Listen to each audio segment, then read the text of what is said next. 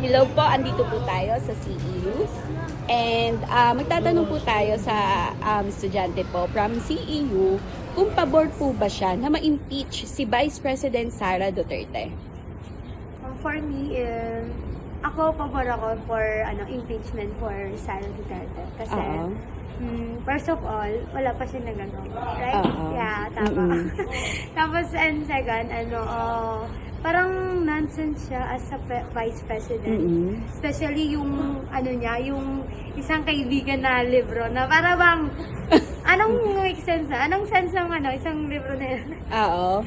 And last, parang wala pa ring improvement kahit kino-call out na siya. Pwede mag-interview tungkol sa impeachment ni VP Sara? Okay lang naman. Ano po bang estadyo ron, pabor o hindi ka pabor na na-impeach si VP Sara? About sa impeachment ko ni Sara, syempre po pabor ako kasi di ba syempre may issue siya about sa confidential funds and wala din siyang explanation kung saan niya ginastos yun. Kumbaga, wala siyang hindi siya nag-explain kung bakit nga ba nawala bigla yung confidential fund. And pangalawa is yung issue niya about nung kailan ba yun? Sa social media na nag-boom na kung ano-anong pinagsasabi ng masama sa presidente natin ngayon. Kasi first of all, tama ba yun as a vice president siya? Tapos ganun yung attitude niya na nagsasalita siya ng masasamang words sa ibang tao. So, syempre ako mismo, pabor talaga ako na ma-impeach siya. And dapat, ayun lang po. Okay, sige, salamat po. Thank you po. Pabor po ba kayo, ma'am, na dapat ma-impeach si Vice President Sara Duterte? Yes or no lang naman, ma'am? Maybe. Ma'am, tatanong lang kami kung pabor po ba kayo sa impeachment ni Sara Duterte? Yes. Yes po. Oh, ikaw ma'am, ano pong sagot niyo? Same. Yes po. Bakit po ma'am yes? Una po kasi, since yung issue po na about confidential funds, ayun nga po, hindi nga po niya ma-explain. Tapos kung saan po ginamit po yung pera. Siyempre po yung pera po yun is galing po sa taong bayan. So parang dapat po magkaroon lang po ng transparency para po at least malaman lang po ng mga tao po kung saan po nagagamit yung buwis po na binabayad po nila. Nice po. Ma'am, pwede ka po ba ma-interview saglit about dun sa impeachment lang ni Sara? Sige po. Pabor ka po ba ron o hindi? Ako po, pabor ako sa Bakit po? impeachment ni Sara. Kasi nakikita naman po na parang wala po tayong nararamdaman sa pagtatrabaho niya para wala po tayong vice president.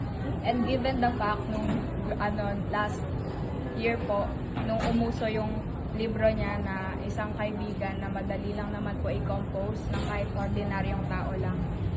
Hindi po makatarungan yung confidential fund na hinihingi niya po sa taong bayan. Parang hindi po, wala po siyang kwenta. Sige, salamat po. Thank you.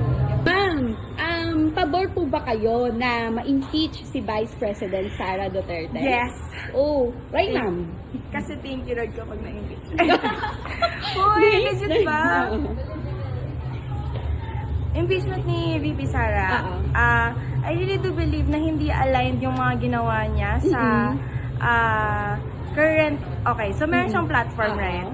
And then during her time, ngayon, wala namang nangyayari. Ma'am, itatanong po namin kung pabor po ba kayo ma'am sa impeachment ni Vice President Sara Duterte? Yes po, kasi may mga incriminating naman talaga siya mga sinabi na statements against the president. I mean, yun naman. And yung sa controversial po na misuse of funds. Dapat po bang ma-impeach si Sara Duterte? Yes po. Yes, ma'am. Since yung based din po sa sinabi niya about po sa confidential fund na hindi niya nga po ma-explain na I don't think po na dahil po nagkaroon mga negative comments about her, I don't think na magkakaroon pa po kami ng trust to her. Okay. So, yes or no lang naman, ma'am, about Sara Duterte, kung dapat po ba siyang ma-impeach? Yes or no lang, ma'am? Yes. Yes. Kasi based sa mga nalalaman ko online, syempre hindi naman ako ganun ka sa information. Pero kasi nga, nakita ko kasi yung hindi rin siya consistent. And yung may nakita akong video na nagmumura siya, ganun. So, parang hindi siya nagpapakita talaga ng leadership. Okay po. Thank you, ma'am. Yes or no lang po. Kung ano stand niyo po sa impeachment po ni Sara Duterte? Kung ano po, kung agree ako, gano'n. Yes or no lang po? Yes, agree po ako. Bakit, ma'am? Kasi ma'am, parang, pwede bang i-personal siya? Oo naman. Masyado kasing parang ang toxic or problematic yung kung paano siya mamahala. Alam mo yun? Like, kung marunong ka talagang mamahala, kung meron kang sense of your leadership or initiative, well, magiging magaan para sa'yo yung, kumbaga, ano ba? Kasi hindi siya naging consistent po sa mga, di ba, nangako siya, ito ganyan. Basta alam niyo na yan, hindi niya, kahit isa, wala siyang natupad na gano'n. Imbis na matupad, mas na problema pa tayo. So, imbis na masolusyonan, mas lalong nagulo.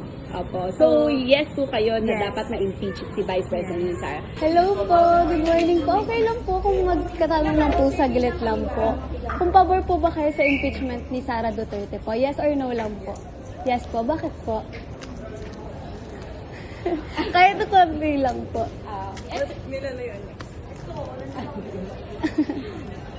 Yes po, kasi doon po kasi malalaman kung ano talaga yung totoo. Okay po. Thank you po. Maraming salamat po. Ma'am, pabor po ba kayo, ma'am, sa impeachment ni Vice President Sara Duterte? Yes or no lang? Yes po. Yes po. Pabor lang po kayo po na ma-impeach po si Sara Duterte po. Yes po. Kayo, ma'am? Yes. Thank you so much po.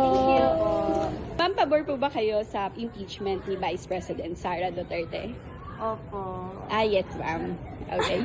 Ma'am, pabor po ba kayo, ma'am, sa impeachment ni Vice President Sara Duterte? Yes or no lang naman, ma'am?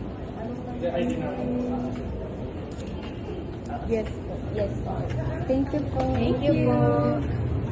About lang po kung ano po yung stand niyo sa impeachment ni VP Sara. Yes or no lang po? Kung pabor po ba kayo na ma-impeach si Sara? Yes.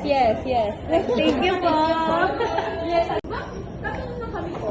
About, Kung pabor po ba kayo sa impeachment ni Sara Duterte po?